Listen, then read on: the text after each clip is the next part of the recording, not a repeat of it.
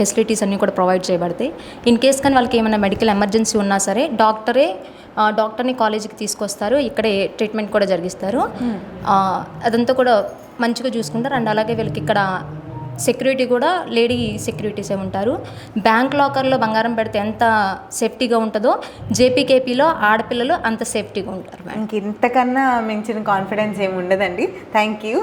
So మీ పేరు? మౌలిక గారు. మీరే డిపార్ట్మెంట్? కంప్యూటర్ సైన్సే. సో ఆడపిల్లల విషయంలో మీరేం చెప్తారు?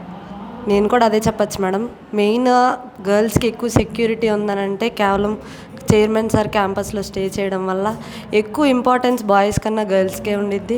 ఎక్కువ కన్సర్న్ కూడా గర్ల్స్ పట్లే ఉండిద్ది. ఎందుకనంటే గర్ల్స్ చదివితే ఈ రోజుల్లో ఎక్కువ ప్రయారిటీ బాయ్స్ కన్నా గర్ల్స్కే ఉంది కాబట్టి హైయెస్ట్ సెక్యూరిటీ పరంగా అయినా లేదు టీచింగ్ పరంగా అయినా లేదు అని అంటే వాళ్ళకి ప్రొవైడ్ చేసే ఫెసిలిటీస్ అయినా అన్నీ చైర్మన్ సార్ ఆధ్వర్యంలోనే ఆయన చెప్పిన ప్రకారమే వాళ్ళని మోటివ్ చేసే విధంలోనే ప్రొవైడింగ్ అనేది ఉంటుంది మేడం. ఎక్సలెంట్.